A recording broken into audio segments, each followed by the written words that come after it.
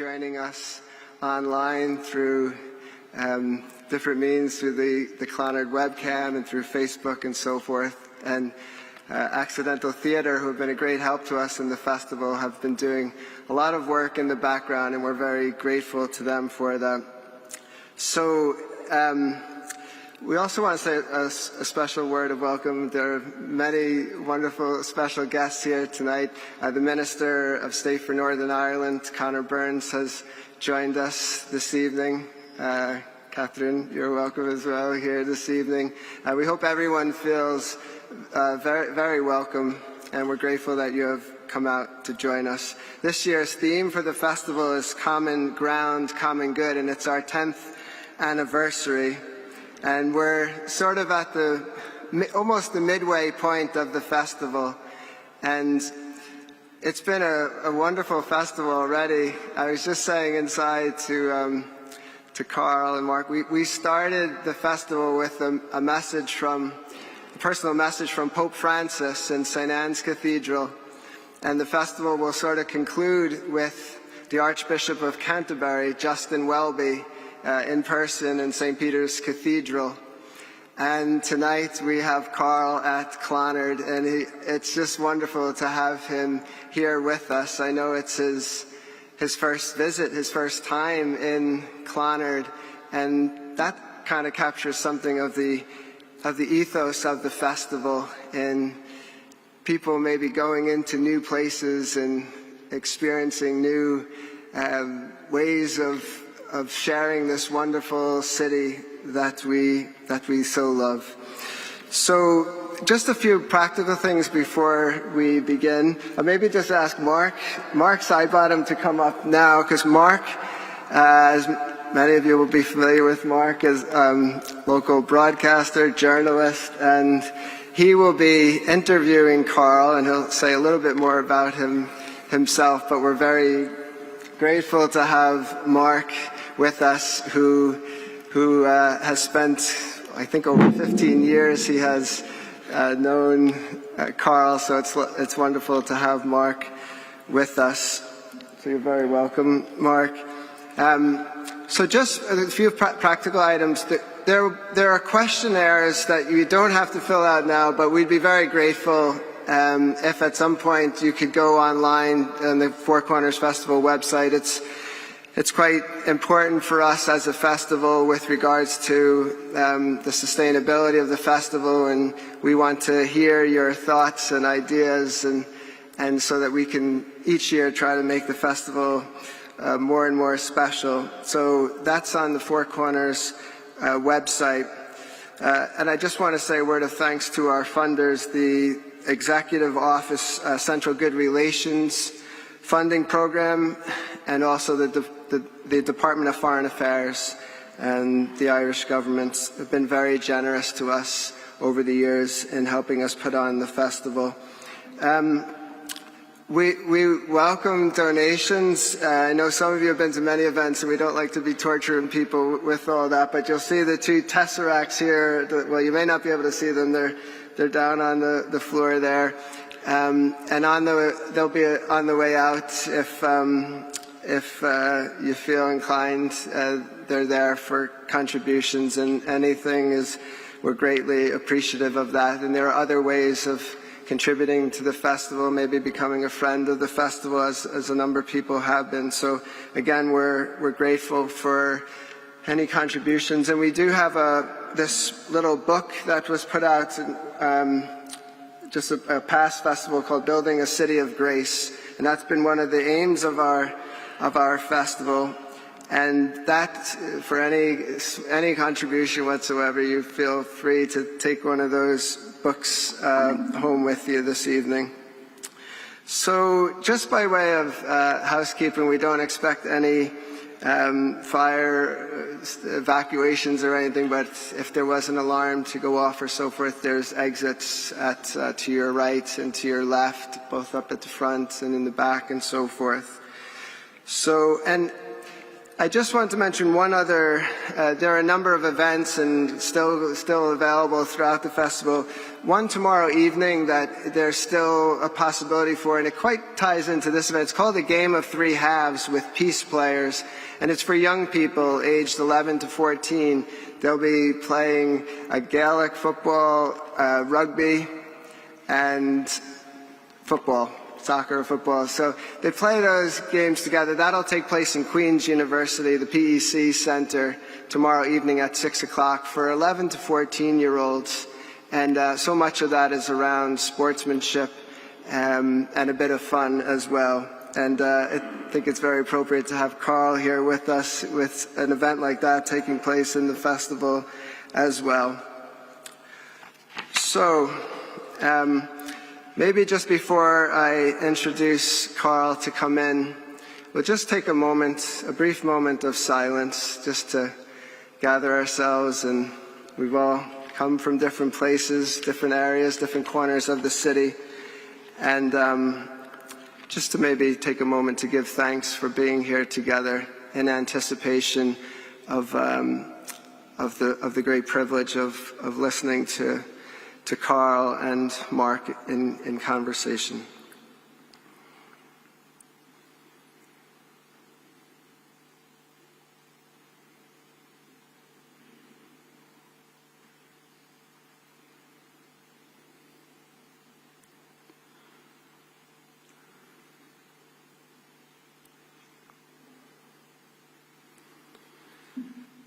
Thank you.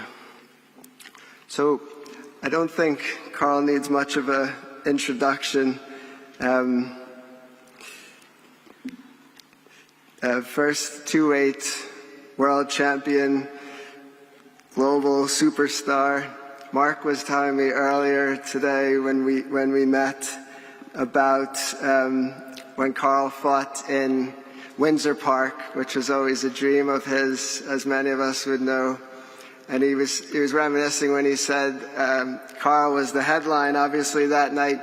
But another boxer, Tyson Fury, who some may have heard of if you know a bit about boxing, and he was on the undercard that night for Carl. And that kind of gives you a sense of the level we're at. But I think almost more importantly, and I'm sure this will come out tonight, and I think many of you who are here this evening and who are joining us online will probably have experiences of another side of Carl, of, yes, the absolutely incredible boxer and the journey that brought him on. But maybe almost more importantly for many of us is Carl as a person. And I just wanted to share a very brief text message that Tony shared with me from his son David. And I would reckon that many of you here probably have similar accounts. But the text message that Tony shared with me last night, we were in East Belfast, the East Belfast mission. And his son David sent this text because he knew about this event taking place tonight. This was the text David sent to his dad. If you get speaking to Carl, tell him that I was in Vegas and will never forget meeting him the day after the fight and Carl apologizing for losing. He then bought a round of drinks for everyone. Can't think of another sportsman or woman who would have done that.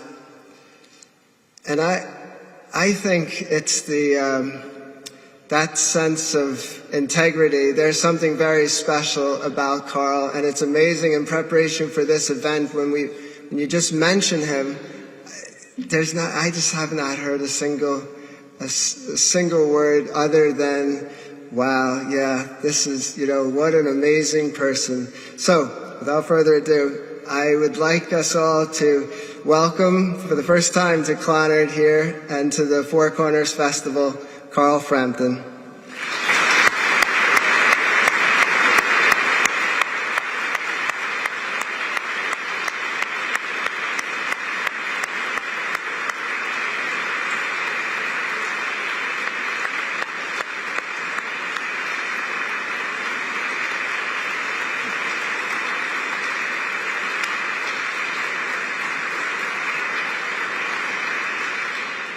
Thank you, Ed. Thank you, Clonard, and thank you to everyone for coming out this evening. When you hear the Pope opening the four corners and the Archbishop of Canterbury, it's a first for me, Carl. The Pope, the Archbishop of Canterbury, and the two-division world champion. Is it a first for you? Yeah, it is. I'm delighted to be here. Yeah, I was asked to do this quite a while ago, and I've been looking forward to it, so it's great to see such a great turnout as well. I'm tempted to start by saying Four Corners welcomes you to the neutral corner. Of course, for those of you familiar with boxing, whenever this man laid someone on his backside, it was off to the neutral corner. I was up earlier with Father Martin, and just while we tend your mic, I'll tell you the story. So I walked in here, and I don't know, I'm not a particularly religious person, not particularly given to organised religion, but every time I walk into a place of worship, you get a sense of awe and a sense of inspiration. And I said to Father Martin, wow, this is like Belfast Sistine Chapel. So it is a real privilege and an honour for both Carl and I to be here this evening. And it's probably as intimidating a stage as I think that I've been on. But I walked around the corner then to the Conway Mill just to grab a quick bite of lunch. And as I was in there, Marianne, who runs Conway Mill, the little mill, asked me what I was doing, and I'd been in doing a couple of events there previously. And I said, oh, well, I'm actually doing an evening with Carl Frampton, and I'm wondering, I said, can you help me here? What's the big question? I want a killer question for the first question to this man. And Marianne goes, well, that's easy. He's from Belfast, isn't he? You just asked him, hi, Carl, what's the crack? So what's the crack? At the minute, I'm retired since April. I've been pretty busy though, a lot busier than I expected to be.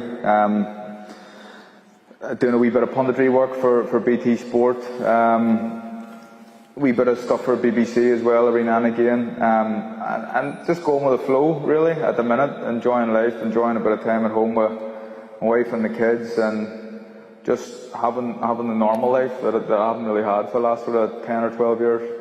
I know you're surprised that I'm sitting here. I better give a shout out to our mutual friend Declan Lawn. Declan was supposed to be in this seat tonight, but Declan couldn't make it for unavoidable reasons. And I think Declan is one of the community watching online. So Declan, thanks very much for landing me in it, and get well soon, friend.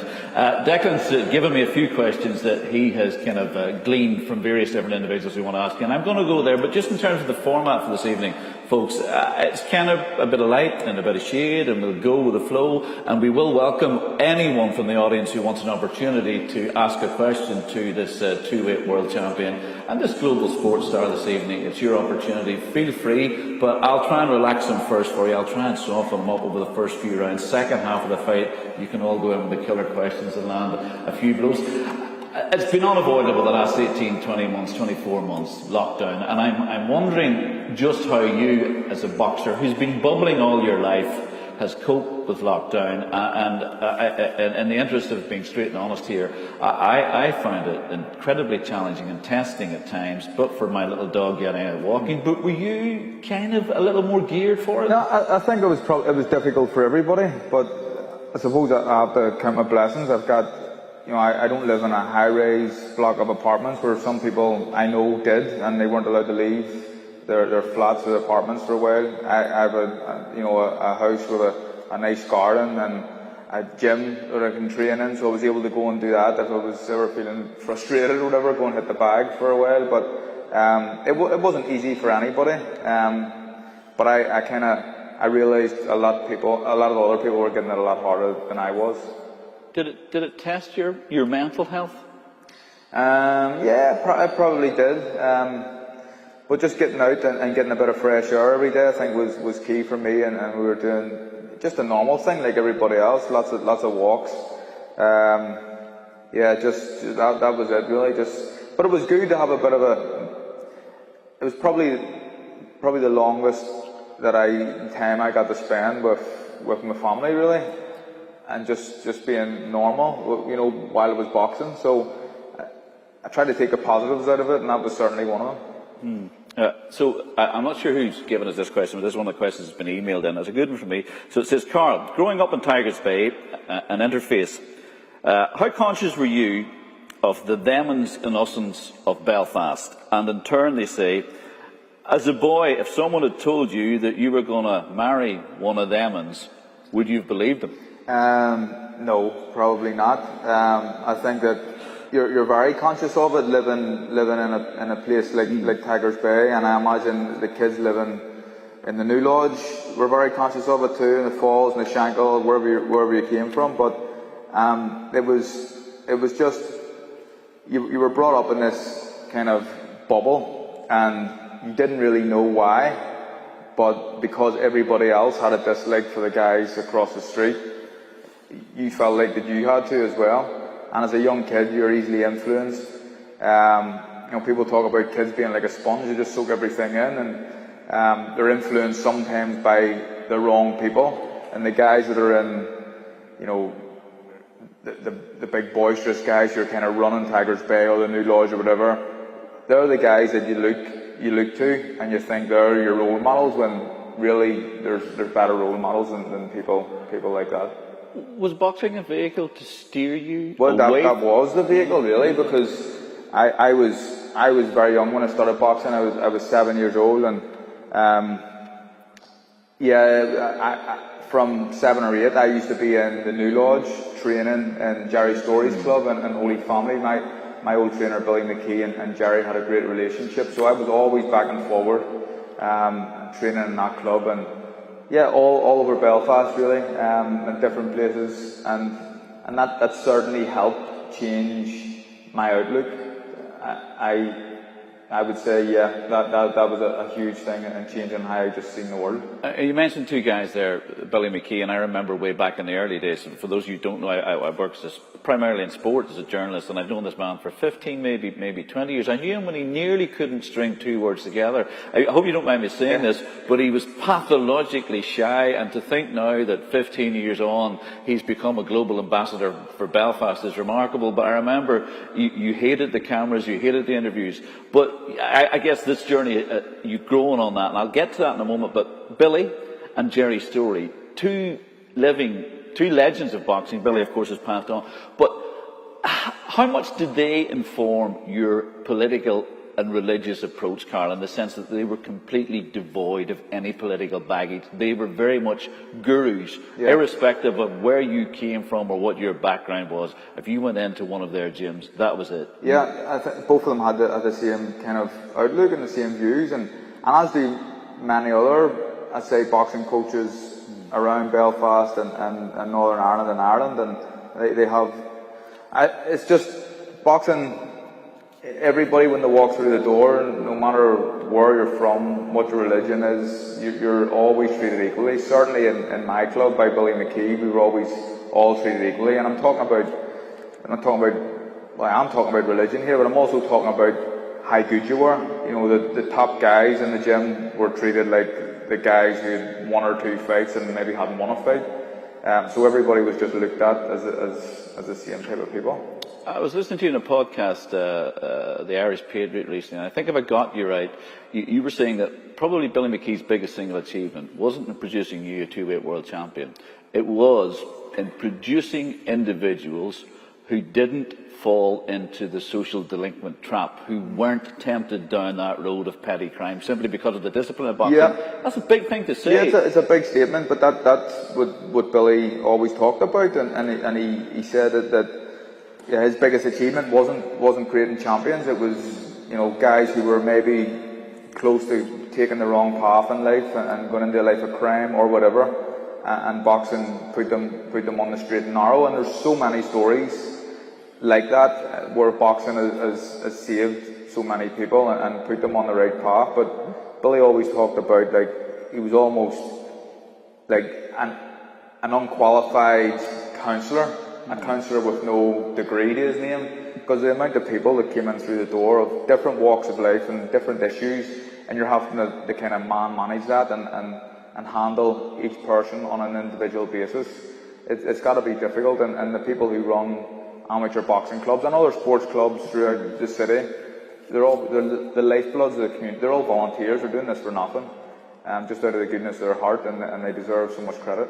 Was there one single piece of wisdom he passed on which you occasionally pass on or can pass on to the youth?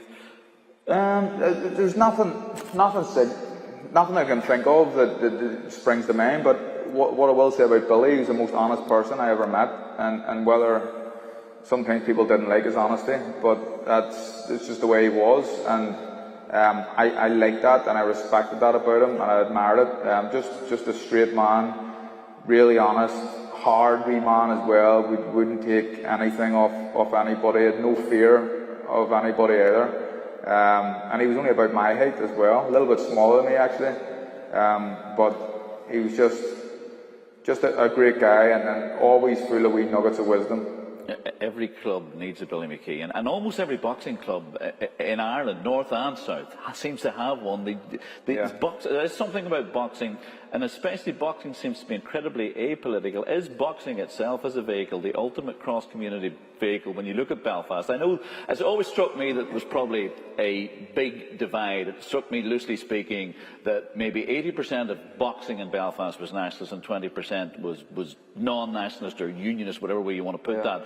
Is that a fair enough? Yeah, that's fair. I think you look at I suppose you look into the New Lodge. There's maybe 5 clubs in the New Lodge. You go into West Belfast and there's 20 clubs. From my club in Tigers Bay, the next kind of club along the road would be Monkstown.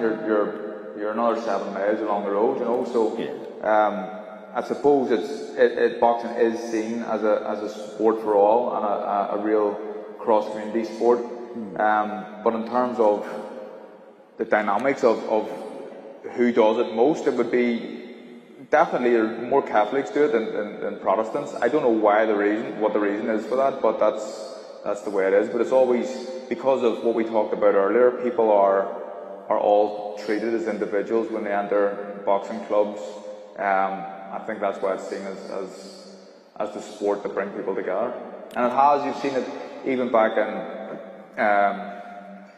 I'll say his name, Barry McGuigan days. I'm going to interrupt. Ed had told me I'm not allowed. There's certain things I can't mention tonight. I can't ask the Minister for State anything about cake, and I can't ask Carl Frampton about Barry McGuigan. We talk about even at the height of the Troubles, when he was fighting, what boxing done to the community. For that short bit of time, the fighting stopped in the streets, and it shows you what a powerful sport that it can be. I'm going to ask you a difficult question now, given that you raised it, and I too would have been very close at the point, professionally with Barry McGuigan, etc. And I know that history repeated itself with the whole Barney Eastwood scenario. But a few years back, when all was resolved, and I know that ultimately no one won, and you said the court case was resolved to your satisfaction. And for those of you who are listening, I'm sure most of you are familiar, but Carl's former manager was Barry McGuigan, and ultimately they split, and it ended up in a settlement which was not publicly disclosed. But you did say at one point, I have a deep-seated hatred now for them. Have you, in the spirit of peace and reconciliation, as we sit in this church, and I'm serious here, I'm not trying to be trite or twee about this, but the point I'm trying to make is that peace and reconciliation, Clonard Monastery, I suppose the gospel here has always been one of forgiveness. Have you found that you've been able to soften, or is that a chapter which is written and will never change? Look, it's happened a long time ago. I suppose over time I've softened, since I know the interview you're talking about and the words that I said, that I'll not repeat them here, but you have to be honest when you're in places like this, and I'll be honest, if he tried to approach me to shake my hand, I'd be telling him where to go. Yeah, well, and that's what I've always known about you. You were a principled man of integrity, and I can say that without fear of contradiction, because I have known you from the early days, and I remember way back when those first interviews, when you were going, I think I'm going to be a world champion. So I was going, I don't think this guy's going to be a world champion. But did you always believe? Where did beyond Tigers Bay, Carl, beyond Billy McKee, beyond those early days of running the streets in the north of the city, was there something there that set you apart? Was there something at some point you realised, you know what, I'm going to go all the way here? What makes the champion? I don't really know. I've been asked that question so many times. It's a really difficult one to answer, but I had a firm belief that I could be a world champion. I knew it was going to be difficult. I just had this real determination. But I'll ask you, why did you think I wasn't going to be a world champion?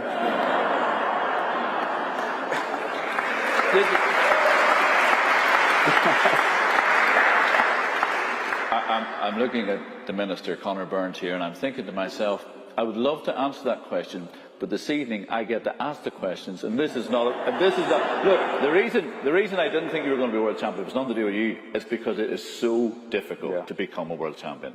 And not only did you become a world champion, but you went on to do it at 2 weights. And that is a first for Belfast. That is a first for Northern Ireland. I think maybe Steve Collins did it. Steve Collins done it before me. Yeah. But I mean, and that in itself is remarkable. So, I mean, what I will say is there was no one more delighted when you did it. Yeah. And in the interest of absolute transparency, I was well annoyed because I had a bit of a spat with Barry McGuigan too, and he'd more sway with the BBC than I was, so I couldn't be there. Right. Okay. But in any event, the upshot of it is that you are now sitting here as a two-time world champion. So, and I'm wondering then, as a consequence, retirement is old Father Time is always knocking, is always talking.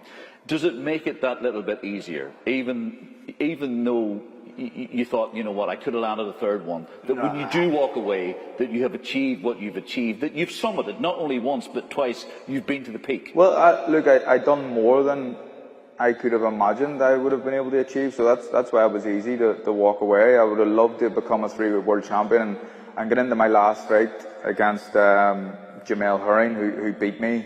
That was a chance to become a three-weight world champion, and in my head I believed that I could do it. But it's a very lonely place when you sit down on your stool at the end of the first round and you start to realise that already, one round into a 12-round fight, I don't think I can be a world champion anymore.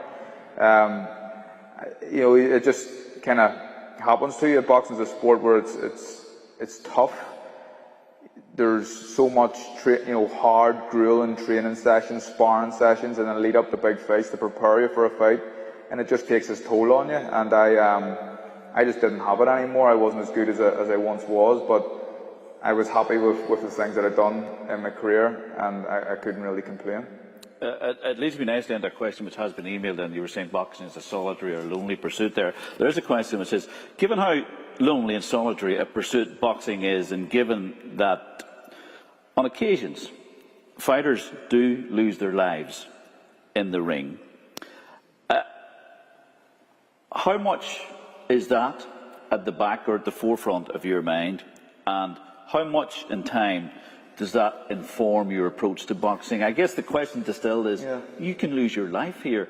How conscious are you of that, or do you sweep it away? I suppose you try to sweep it away, and it wasn't something that I thought about at all up until, I suppose, the last couple of years in my career, the last 2 or 3. It's interesting, I'm reading a book at the minute called Damage by a guy called Chris Dixon, and it's about CTE and pugilistic dementia caused by boxing, and so many great fighters have had these. CTE condition, the brain a brain condition, okay. Used to be called the punch drunk syndrome, so now referred to as pugilistic dementia.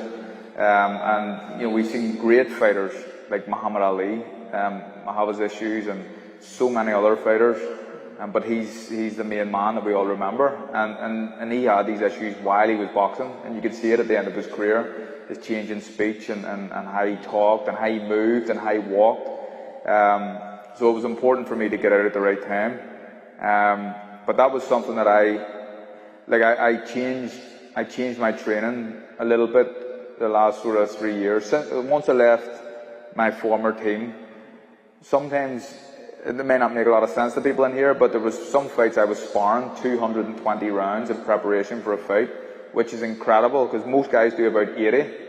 So that's trauma to your head every day in the gym. And a lot of times I was sparring bigger guys than me. So in the second phase of my career, I decided to reduce the rounds. I'd done no more than 100, maybe about 80, like the average guy does. I always sparred guys within my weight division. But at the start of my career, I always had this thing where sometimes I'd spar. I'm a featherweight, so super bantamweight, 8 stone 10, 9 stone. I fought at really, they were my best weights. But I'd be sparring guys who fought at welterweights, 10.5 stone, and they're maybe 12 stone when they're sparring me. But I got this real sense of machoism about staying in there with them and being able to take punishment from a bigger man. But it's not good in the long run, and I think that was part of the reason why I kind of, after about 31, 32, you could see in my performances that they definitely decreased pretty quickly. When you look at guys like Kiko Martinez, who I've beaten twice, is now world champion again, and he's a year older than me. Yeah, so he's 35, and I was going to talk to you about Kiko later, but two of the great fights, and I was there the night in Belfast, the European, and he was such a tough wee man. But look, I know it's over and whatever, but when you see him at 35 come back and win a world title, is there a little bit of you think? No, but do you know what? There was a little bit, and I actually I watched his fight. I was delighted that he won because I have a real respect for Kiko, and although there's a language barrier, but we sent each other messages every now and again, and he's a great guy, Kiko. I was delighted he won that fight. But when he won it, the next day I went out for a run, and I hadn't done any training since I retired. And this was only maybe 2 months after I did retire, and I'd done about 5k. My knee was sore, my groin was sore, and that was the end of that. The comeback. Yeah. I was at many of your fights, and I'll get to them on a Winter Park in a moment, but I was ringside tonight in Manchester, the Joyce Warrington, and I remember after that fight going, I just hope you retire, because when you go 12 rounds, which were so attritional, and when you have to go beyond yourself to dig deeper into some primal or visceral well of resolve, I think that they can become career-ending fights. But the question then that someone has texted in, and the context of that is, when you are facing that down, when you are literally going on instinct, when you've gone beyond what is humanly expected or possible of you, does it make you acutely aware of your own mortality? That's a very deep question, isn't it? Well, it's not mine, but I'll claim it. But I guess I'm saying is, but remember the famous Ali Fraser, where they said, look, had it gone on maybe another minute or two, someone could have literally collapsed and died. Yeah. But some of your fights, only a few, but the two Santa Cruzes and the Warrington especially. The Warrington one, The Warrington was a war. Fight. It was a war. I could not believe that fight that night. I mean, it was almost like if it had been two dogs fighting, which is completely the raw. I would have separated two animals. It was like it was the last fight that my wife was able to watch. She couldn't watch me fight after that fight. It was so brutal, and especially the first 3 rounds. And I suppose pride got me through that fight, because at a stage maybe, although I came back and won a couple of rounds in the middle. But I never really believed after how bad the first 3 rounds were that I could win this fight. But I didn't want to get stopped, and pride kept me in there. I just didn't want to get knocked out, and I wanted to finish the fight on my feet. I remember actually in one of the kind of early rounds, maybe first or second round, when he was throwing a load of punches, and I was all over the place, but his knee banged into my quad, and I had a bruise the day after, kind of filled my quad, and my leg was a little bit sore. So I was conscious of this, and I knew my leg was sore, but I didn't want to go back to the corner and tell Jamie Moore, my trainer, I have a sore leg, because I think that he would have thought that's me looking an excuse out. I'm going to throw the towel in. He doesn't want to say, I can't do this anymore, because he's a proud man, but that's his way of telling me to get me out of here. So I kept my mouth shut. I didn't tell him. But I just wanted to finish that fight. And I suppose because of how brutal it was, I did start to think, this can't be good. This can't be good for you. I have 2 young kids. I have a lovely wife at home. It's not good for them to be seeing it, and it's certainly not good for my head either.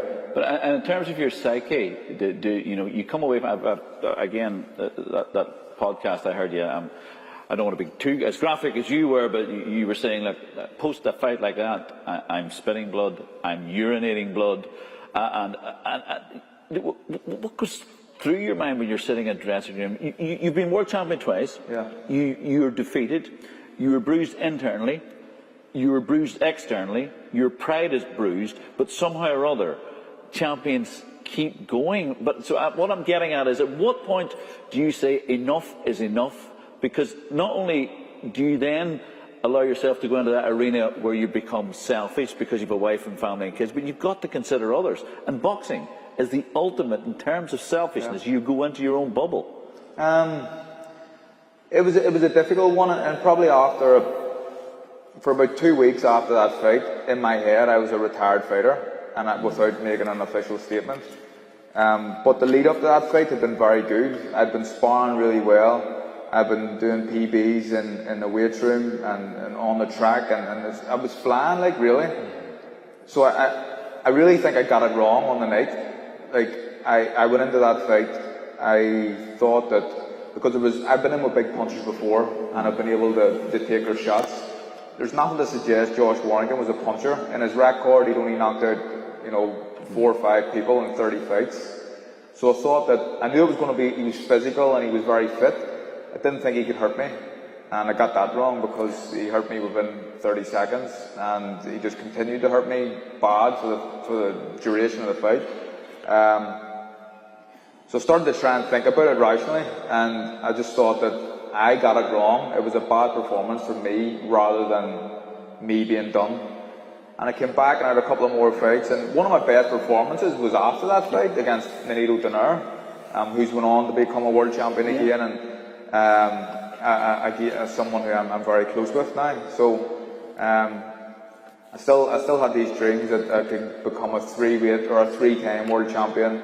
Top Rank, who the promoter, they came and offered me this deal out of the blue. I couldn't really turn it down, and it's a shame it never worked out, but I would have regretted not having a go.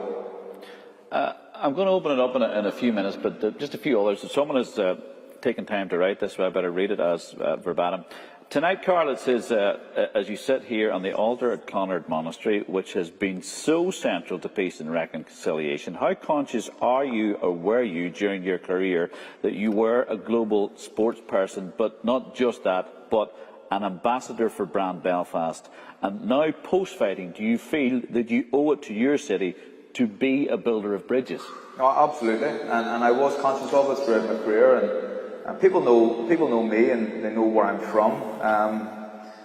But I never had to nail my colours to the mast. I didn't have to do that. I treated people like Billy and Jerry Story. When I was a kid in the boxing club, I treated them as I saw them, really.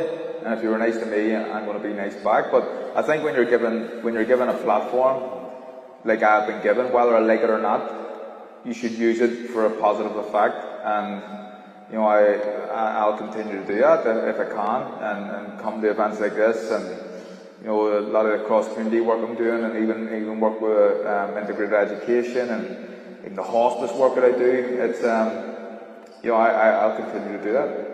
I feel like I should be sounding a bell here to make you ultimately comfortable. I'm sure there's one in Clonard, big ones too. Quick question here, and this is a change of gear.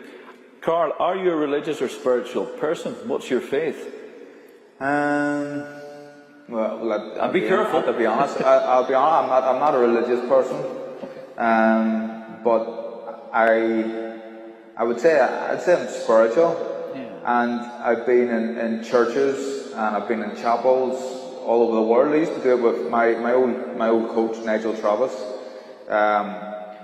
Mad as a box of frogs. Like, this guy's a nut, but really religious. And if anybody dares say anything blasphemous around him, like, he'll take your head off. But this he's a great character, but never misses mass. Even during the pandemic, he was doing the Zoom masks and stuff like that. There's a couple of times I went early morning in New York with him. We were out training for a fight, and the jet lag and stuff. You were up at the scrape, and I went and sat in a few chapels with him. It's just something about a church, where you get a sense of, I don't know what it is, peacefulness. It's just nice to do it. But again, I would say I'm not a overly religious person, but yeah, I would agree to say that I'm pretty spiritual. I can relate to that. My job has taken me quite a bit of travel, and I find myself, especially when I'm abroad, gravitating toward places of worship, irrespective of what, all faiths, but because they're places of great peace, quiet, and I also think that the silence somehow or other is welcoming and subtle. And whether or not you're given or disposed towards a God or your God or whatever, I think it's always worth the trip. You somehow come out of a church or a chapel or a mosque or a synagogue a more kind of rounded, complete person. Well, and I don't want that to sound trite either, but can you relate to that? No, and anytime I've been to a place of worship, no matter what the religion, I've been to mosques as well, when I've been in England. I don't know, you just come out of it and you feel, there's a good feeling about it. I can't put my finger on it, I can't tell you why, but there is. This might be a good time to formally welcome again our Minister of State for Northern Ireland, Conor Burns. Conor, a Belfast boy, born, bred and buttered in the north of the city. He left here at the age of 9, but he's never really left here, and the government has allowed him to pop back. And I'm wondering if Michaela is out there. Minister, would you do us the honour of asking the first question of the evening? And bear in mind that Carl does get a right of reply here, so be careful. So thank you very much, Michaela. And thank you, Conor. Thank you, and thank you for doing me the honour of allowing me to be with you this evening. It is a delight, I have to say, to be back in Clonard. I came to Clonard every Easter with my grandmother for the Easter trilogy, and I think my grandmother was one of only a handful of non-redemptorists who was buried from this church. I have incredibly fond memories and love of Clonard. I think I would like to ask you something about this society and what this society and the politics of this society can learn from sport. You're a unifier. You are cheered on by people of both traditions.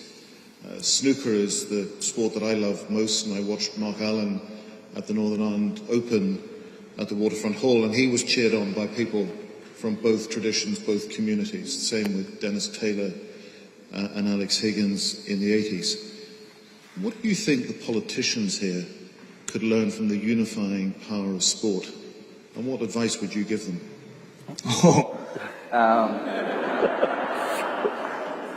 I don't know. I politics at the minute isn't. I suppose I don't think it's I wouldn't like to be a politician right now in this climate, if I'm being honest. And we're seeing lies being told and people being very aggressive. And I was often asked a question about would I ever get involved in politics, and I wouldn't. For a couple of reasons. I think I'm probably too honest. Second,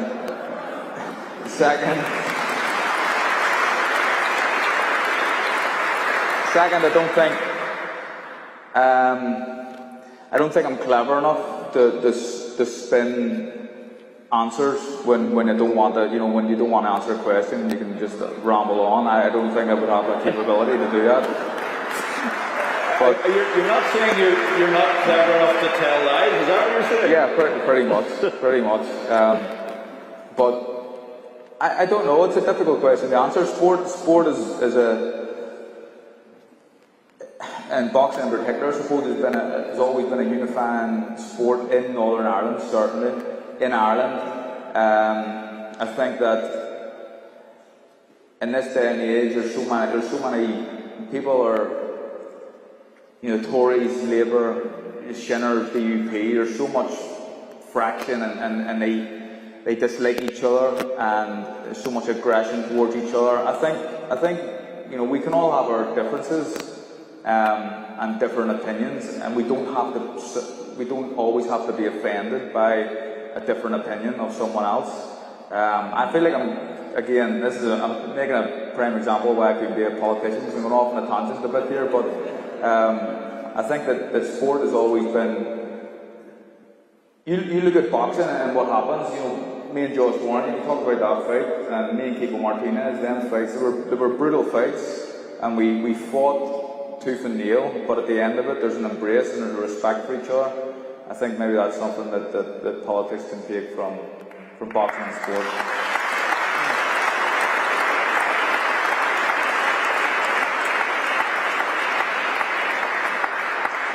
That was a pretty good political answer, Minister. I think you'll agree. And given that we have you here, this is not a difficult question. I want you to be as politically neutral and apolitical as you can be. But What have you seen change in Belfast since you were a boy? And how confident are you for the future? Now, I'm not giving you a party political broadcast platform, but speaking from the heart, as a Belfast boy, the changes that you have seen on the journey this city is on, where is it in terms of nearing completion of that journey, in terms of openness and transparency and lack of tribalism, or how much of the journey is still to go? So how much change is happening and how much needs to happen? You've got 60 seconds. So look, that's a really, really good question. I was back at my... If you don't mind standing up, just so the audience can get you, if you don't mind. Stand up. I was back at my old primary school, Park Lodge, in North Belfast before Christmas, and one of the youngsters asked me, what's different today in Belfast from when you were here in the 1970s? And I said to them, well, there's one obvious change. Half of you are girls, and there were only boys when I was there. It was a brothers' school. So the second thing is, the army aren't on the streets, the police aren't in snatch Land Rovers. But I also said to them, we had those great agreements, and people took great courage. Negotiated at the very beginning, just down the corridor here, with Hugh Adams. But we live here in a society, you live here, I visit, a society that I think is living with a text-based absence of violence, and it is not a society that has genuine reconciliation. And those youngsters still wanted to know, was I a Catholic or a Protestant?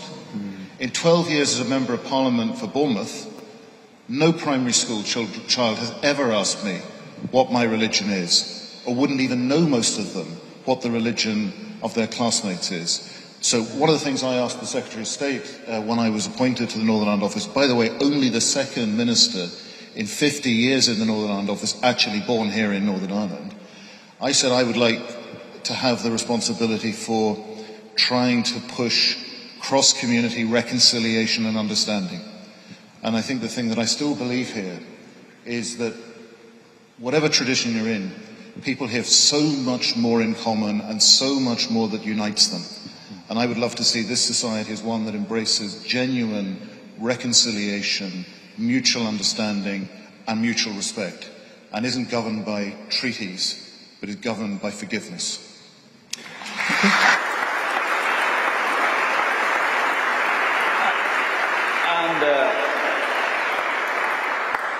Thank you for respecting the 60 seconds, and that was not a party political broadcast, but on behalf of the audience here at Clonard, could you let Stormont and Westminster know that it's fine to go toe-to-toe as long as you get common ground and embrace afterwards. That would be the message, I think, from Carl Frampton: common ground and a little bit of hug and a handshake.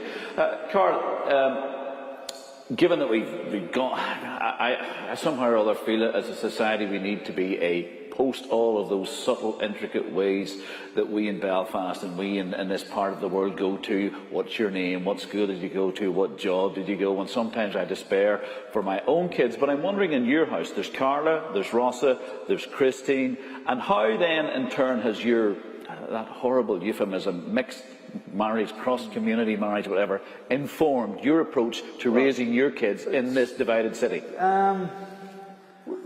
It hasn't really been difficult, if I'm being honest, because again, like I said, I'm not a religious person. Christine isn't a religious person either, so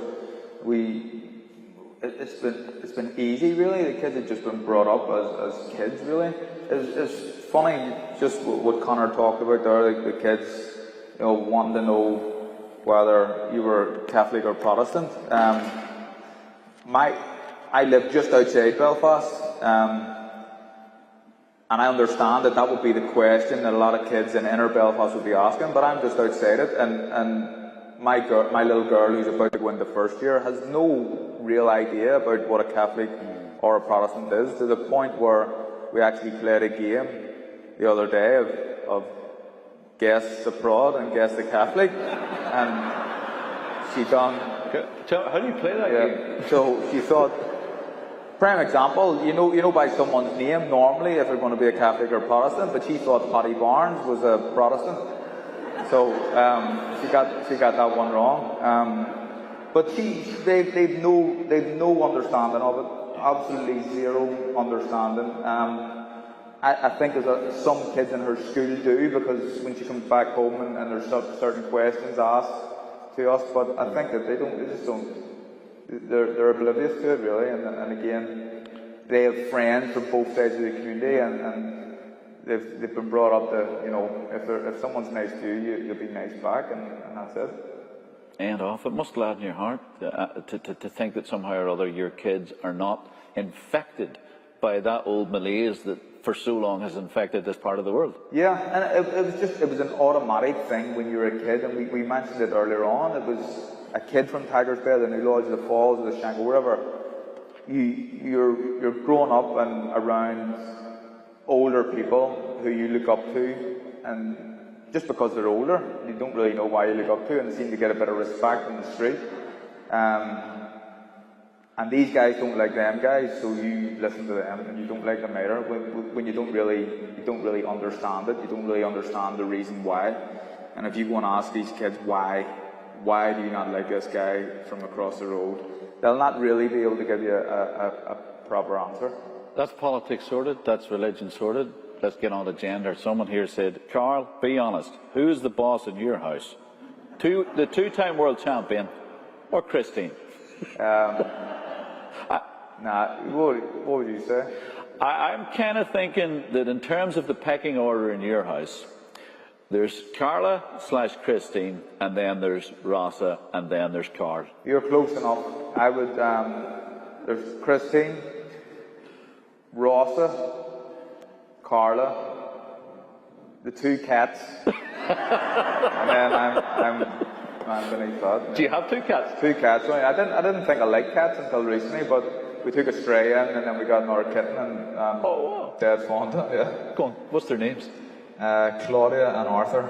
Claudia and Arthur? Oh, hey. I'm a doggy man. We had a dog, we dog Money, he just died a few years ago, and I was Christine's best friend. Like, she loved that dog, and it broke her heart when he passed away. But yeah, I'm a doggy. Well, I like cats now too. Yeah, and you haven't replaced. No, I think we got the cats in. I think Christine thinks that it's almost like you're trying to replace the dog, and she doesn't want to. She just doesn't feel like that yet. Okay, I'm looking at Michaela here, and Michaela's looking a little forlorn, and I am very conscious that Michaela's come all the way from North America to be with us tonight, and we appreciate that, Michaela. So Michaela has the microphone, and I think there's a few people who might have questions. Steve, maybe you as part of it, would you have a question for Carl? There's a few people. Now, do not feel under pressure, but it is your opportunity, and we would welcome, just informally, anyone who wants to throw a question away of Carl, please put your hand in the air. Do not feel compelled or obliged to, but yes, thanks. If you don't mind standing up, great. Hi there, Carl. How you doing? Mark. I really appreciate your honesty this evening. It's been really inspiring listening to you, and as the Minister said, you are a unifier. I actually began my career working in the New Lodge as a youth worker in the Artillery Youth Club, even I think before you were possibly born. Yeah. But I work with leaders now, and I always say to leaders, the most important quality is courage. And you've obviously got that in buckets, and I just wonder, do you know where you get your courage from? No, I don't know. I don't know. It's a good question, but I really, really don't know, because when I was a kid and I started boxing, if someone in the street got a bit rough with me, I would have shied away, and I would never have got involved in a fight. I probably would have went home and not come out for a couple of days and hid away somewhere. But when I was boxing, I was good at it at the start. Like, I was okay, but I got this real sense of machoism, because I was better than the guys who were the loudmouths in the street, and that's one of the reasons why I really loved it. I don't know where I got it from. I was always very competitive in everything I'd done, every sport that I'd done. I always wanted to win, but I wasn't a courageous kid at the start, and I suppose that came a little bit later. I have a follow-up question on courage. So, when was the last time outside of a boxing ring you cried? Oh, cried today. Jeannie, who's here, Christine's aunt, and gee, I'm going to cry now. If it's personal, you don't have to go there. No, I'll tell you. Christine had a cousin who passed away, and she was younger than her there recently. So, there was a little video sent through, and that made me cry a bit.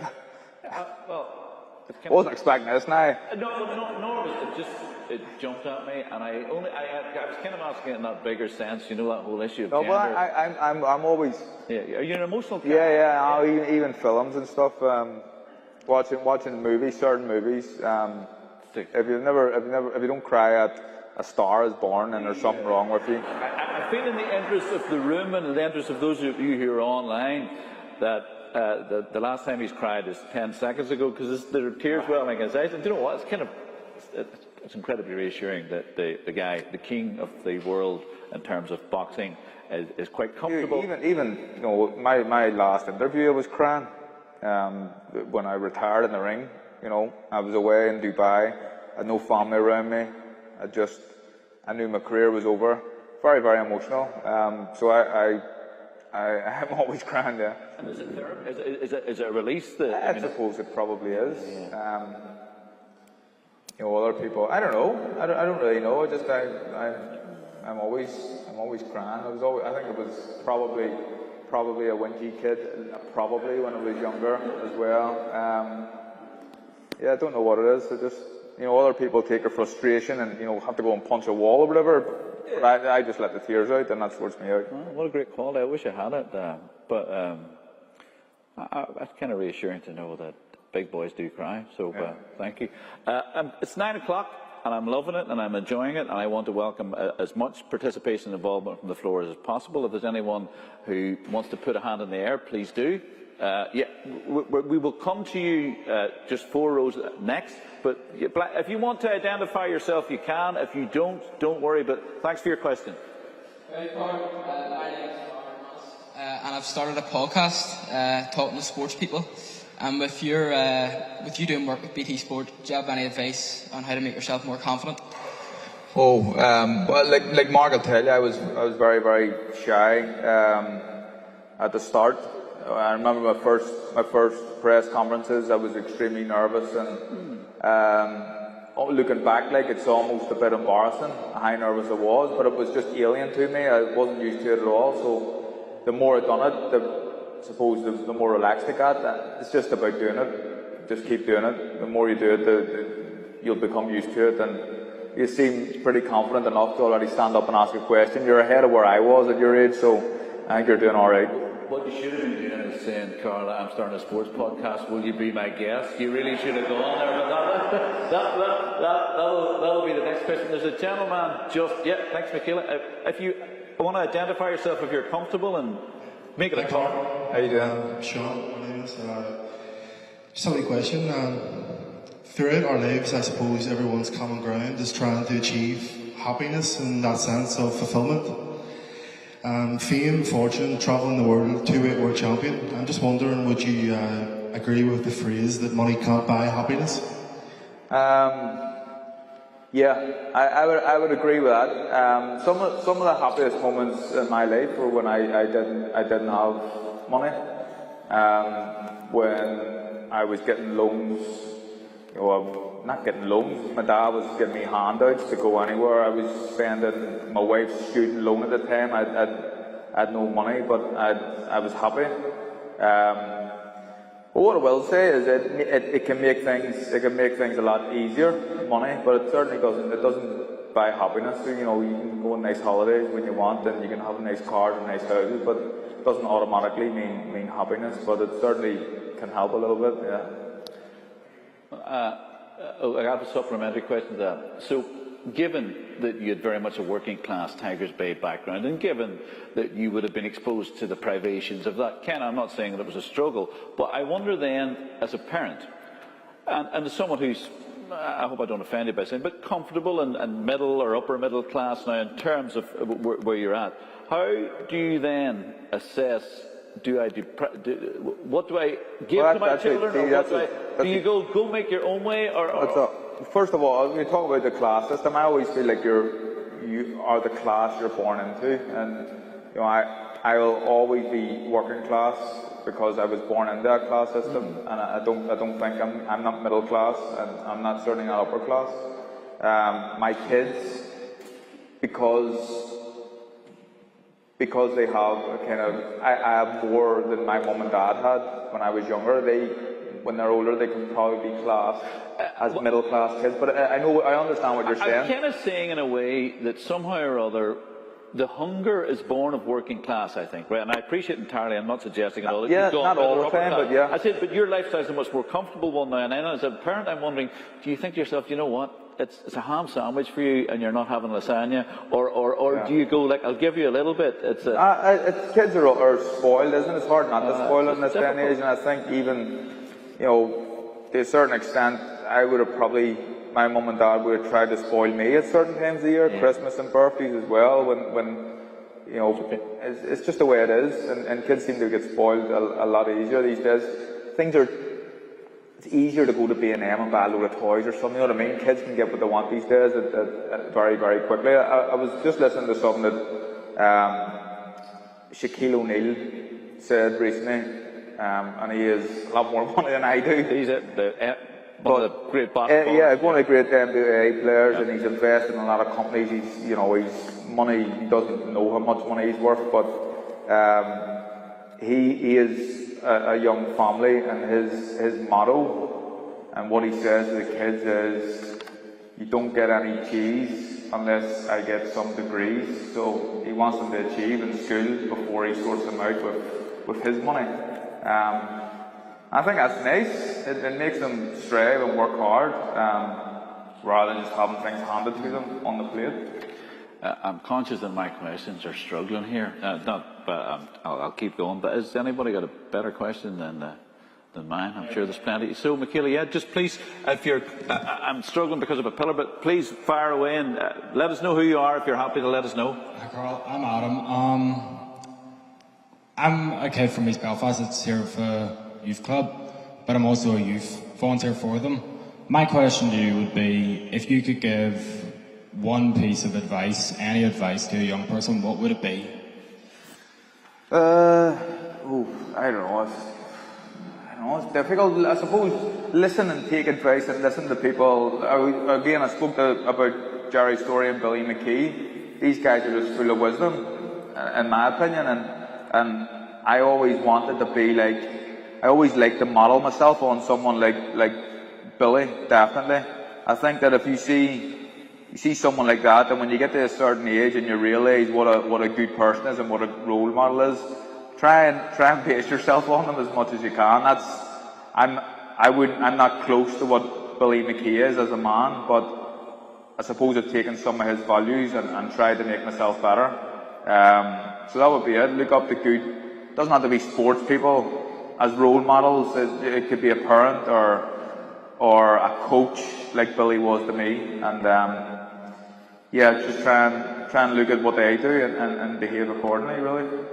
I've got a supplementary to that, because someone is kind of one which chimes or segues into it. It says here, Carl, fighters often talk about that intangible, primal, visceral space or place that they go to, this kind of well of resolve, which is something deeper and beyond the self.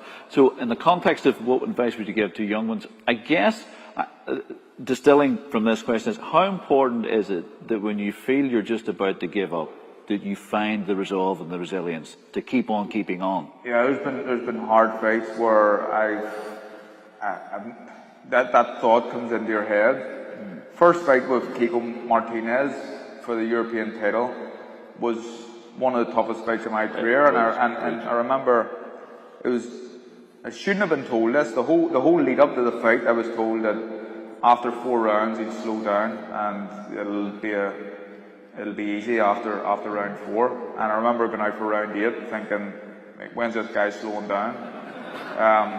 And that was into my head. So I got out of that situation myself. Like, I was thinking round 5, round 6, round 7, he's not slowing down, but I still stayed in there. And I knew that there was wee doubts and I was being hurt, and talking about I was passing blood after that fight. One of my eyes was closed, my hand was bust, my eardrum was perforated. But there was, I don't know, just in them moments when you're head on head with him, it's just, I don't know, there's something inside that says that I've trained so hard for this. This guy's not feeling any better than me, probably worse than me, and that's the only reason why you stay in these fights. I suppose that takes us back to the ladies' question. That's courage, and wherever it comes from, you're just, I guess. And I know you're trying not to be rational though in that moment. You know what I mean? It's like Yeah. a sense of you're trying to think about things and be rational. And you know, when you're tired, you know, some people may think I'm busted here. I can't do this anymore. But you got to think about how this guy's feeling as well, and he's got to be feeling exactly the same, possibly worse than you. So. Have you had that experience? I guess with artists or poets or might qualify as something like an epiphany, where you've gone, I think I'm out here. I think and somehow or other, whether it's character, whether it's resilience, but from somewhere you've gone beyond and found something to drag yourself up. Have you consciously gone there? Because I think in the context of whether it's a spiritual dimension, whether it's a primal dimension, but in the context of the last 24 months. As a society, we've been so challenged, and I think people have found a way to kind of go beyond themselves. But as a sports person, as an elite sports person, what I'm asking is, have you got some knack of tapping into that, or do you just have that blessing or gift? I don't have a knack. I remember when I fought Leo Santa Cruz the first time, I had a really good start to the fight, and then he had a good round around round 7 or 8. And he outworked me a lot, and that was his game. He was a high volume puncher, threw a lot of punches, took a lot of punches, but high work rate. And I had round 7 was probably his best round of the fight. And I remember going out for the next round, round 8, that in my head going out there, I was exhausted at this stage already, but to prove a point, I'm gonna outwork you in this round. Just so I have one upon you, and I'm not tired. I am tired, but you don't think I'm tired, and that's kind of the mindset that I have. I'll throw up the more questions here, but this is my own question. And in life, I guess most of us, young, old, whatever, we have those sliding doors moments.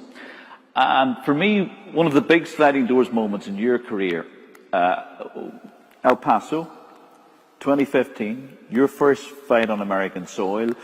You're going network. I think it was on NBC or ABC, CBS, and you're up against this really tough but unknown Mexican. He's 22, Alejandro Gonzalez, and you get up off your backside. It's the first time you've been down in your career, not once but twice, and you go on and you beat him, and you come back to Belfast, and he goes back to Guadalajara, and a few months later he's been shot dead. A drugs cartel, he and 2 others in the back of a 4x4. His Branda and his uncle, yeah. Yeah, and I'm, you know, so you come back and go on and become a world champion, but for you to have sweated blood and tears in a ring with this guy, and at 23, his life is gone, and it's gone because of circumstance. I wonder, you know, even now, and I know you dedicated after Leo Santa Cruz, you sent your shorts to his dad, but something like that, how much pause for thought does that give you, and how much, in turn, do you say to yourself that was a sliding doors moment? Yeah, it was hard to take when I heard the news, because he was a really nice kid, and I really don't know what happened in the lead up to his death, or why he was brutally murdered. It was a horrible story, but. When I heard that, it was like, I don't know, it really hit home. And I remember sitting down with him after the fight, and as you said, it was a big fight. It was on CBS, which is pretty much a terrestrial channel in America, so not a satellite channel. It was on ITV back home. There was plenty of people watching it. And he sat down with me after the fight, and he talked about, although I beat him in the fight, he talked about how that was going to change his life. And he's a young a daughter at home and a young wife, and it was just shocking. It was really shocking to hear that. But you're right. You talk about circumstance, and that's what it is. And we live in Belfast, which is a good city now. In the 70s and 80s, it wasn't a nice place to live, but it's a changing place. But I'm watching documentaries. I watched something on HBO there about a high school football team in Baltimore, and there's a kid that's had 8 friends murdered in the last 2 years. You know, it's circumstances and gang warfare and stuff. It's horrible and it's happening throughout the world. But this place where we are now, although it's seen its fair share of trouble, it's a good place now. Yeah, that's probably an appropriate question, and although I've been doing a lot of heavy stuff tonight, but it feels kind of that we're sitting in Clonard, and it feels like these bigger issues sometimes beyond sport are interesting to go at. But given boxing's broader association with the criminal underworld, and given that, you know, there've been so many crass decisions, and there's been so much, whether you want to take it through the Prohibition era, 30s, 40s, gangsters, etc. And I'm wondering, you to me have got one great big strength, and that is you have got the most sound moral compass of any sports person, male or female, that I think I've ever met. And I can openly say that as someone who knows you over the last 15 or 20 years. But I wonder how uneasily that sat with you, that boxing, not all of it, but some of it, really is corrupt. Yeah, it is. It's a corrupt sport. It is a corrupt sport, full of corruption, but as is a lot of other sports. But when I get into boxing, as a young 7-year-old, I didn't know about the corruption. I just fell in love with the sport. I wasn't thinking about financial gain or anything like that. I boxed because I was a quiet kid in the street and I was better than the loudmouths on the street. That's the reason why I got into boxing, and I loved it. And I think that if I didn't want to get involved in, if I wanted to get involved in any other sport, there's equally as much corruption. You look at, you know, football and the investigations around in FIFA and everything else. The world is full of it. I'm not trying to demean or disrespect boxing. It was just a question I was going to ask. Yeah. And I'm conscious that Ed is standing over to the wings here. And Ed, I'm going to just ask for your nod of approval. We've been going for about an hour, and I feel like we're kind of, maybe we've got another 10 minutes. Are you happy with that? Does that feel right? Do you want to, or do you want to? Yeah, I'm sure the few people, but. All right, I think what we're saying is we've entered the final round. So if there's anyone who would like to put a hand in the air, can I ask a question? Does anyone know the Rangers and Celtic score? Yeah, right. 3-0. Who won between Rangers and Celtic? 3-0 to Celtic. I've got to ask a question, Carl. Because I'm here. That's why. So there you have it. If you're watching on our web, if you're in the Four Corners website, he's also giving football updates. And this evening, Celtic have beaten Rangers 3-0, and I think that takes Celtic level at the top of the table. Point. Okay, there you go. He knows more. So forgive us to the young man we held up there, but yes, please, with your question.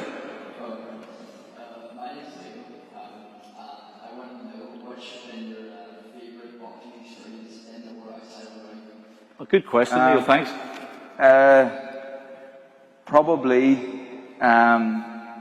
walking out at Windsor Park. That was huge for me. And although it wasn't, I'd loved it to have been for a world title fight. It wasn't, but it was a huge achievement. People say it was a boyhood dream of mine. It wasn't, because when I was a kid, I'd never imagined that I could sell out Windsor Park, a football stadium. So it was only as my career progressed I thought that I had a chance of doing that. But walking out, the atmosphere was electric. It was, it was raining, but it was unbelievable, and that's something that I'll never forget.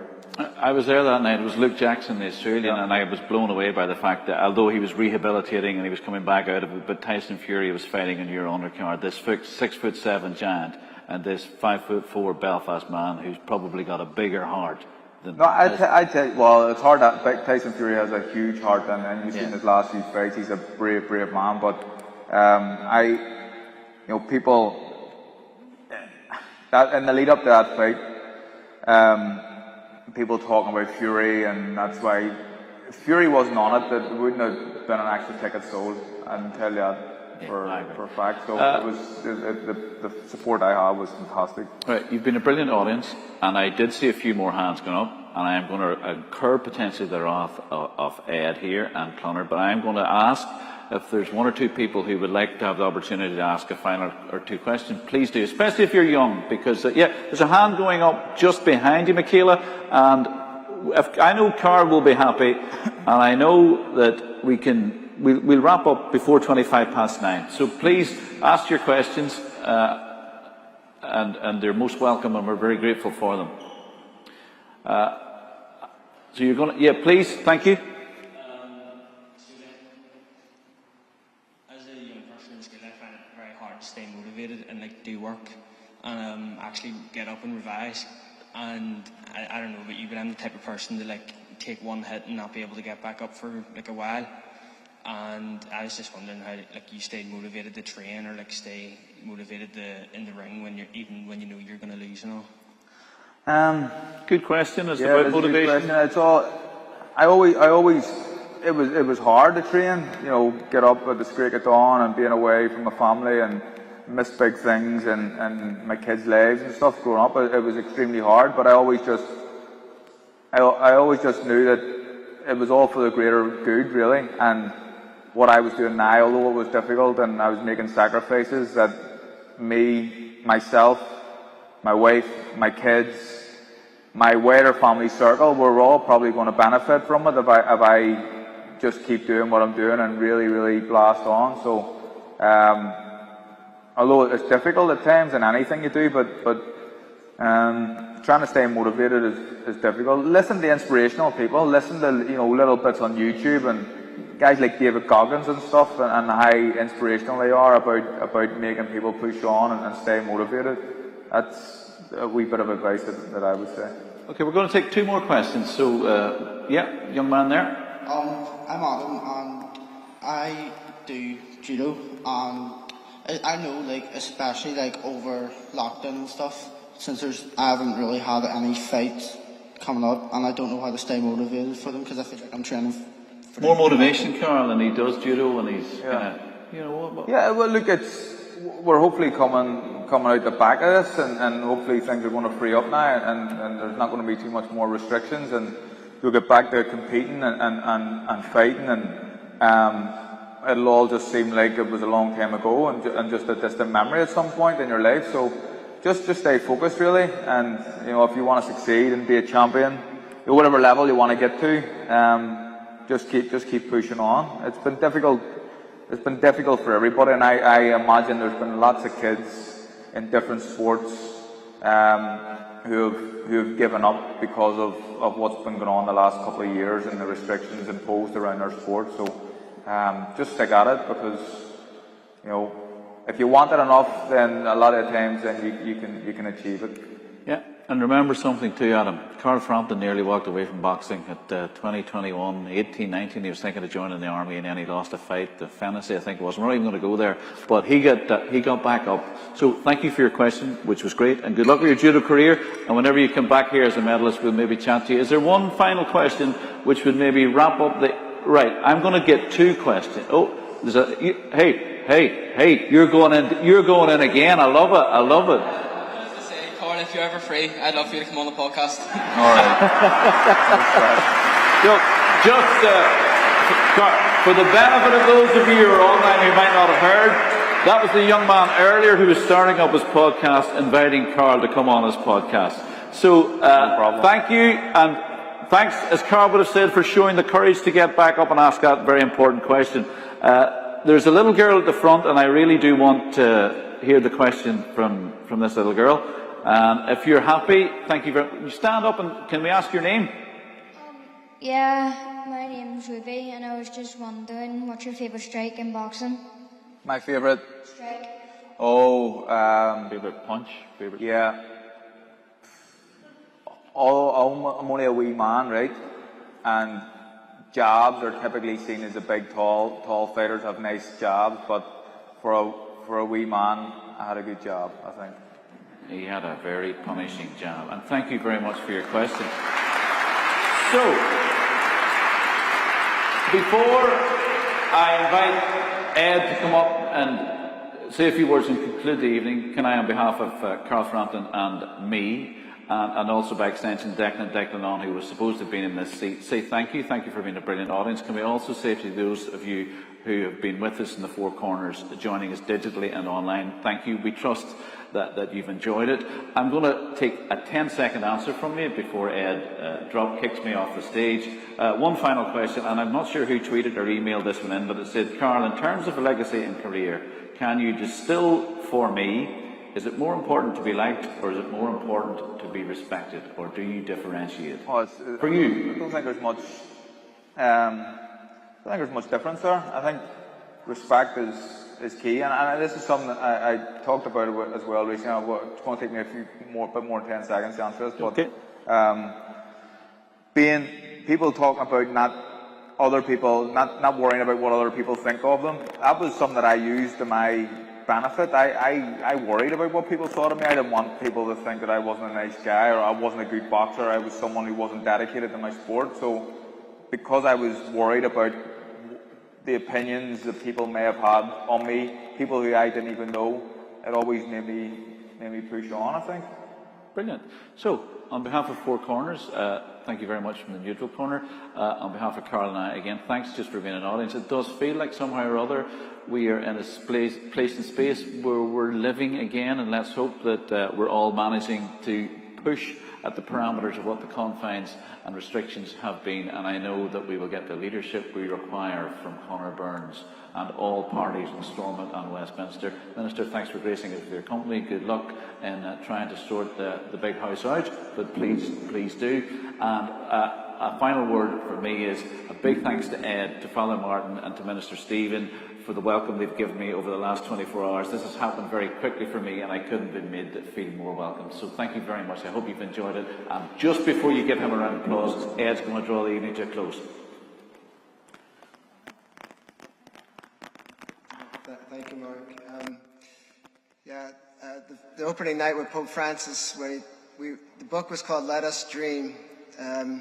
Let us dream. I know for those of us on the Four Corners Committee, Reverend Steve, Father Martin, Reverend David Campton, who can't be with us, and the others who are here, this night for us, in many ways, was a fulfillment of a dream that we would have had to have you, Carl, with us in a place like Clonard, an answer to prayer, if I could say that from our Four Corners perspective, and particularly to have you, Carl, and Mark, but the questions and the young people who are here tonight, I wanted to say a special word of thanks to you all. I know that Carl is the attraction, and as an ambassador of the common good, we celebrate really having Carl with us and as a representative of Belfast and the best of our city. And we're just so grateful, Carl.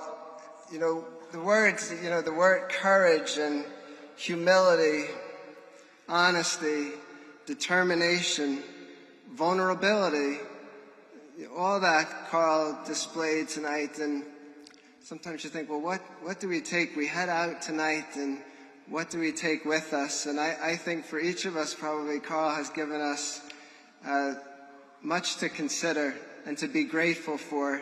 And on all our behalfs, and through Mark's leading the conversation with Carl, I thank Mark, and in a special way, I think we all want to say a big word of thanks to Carl himself.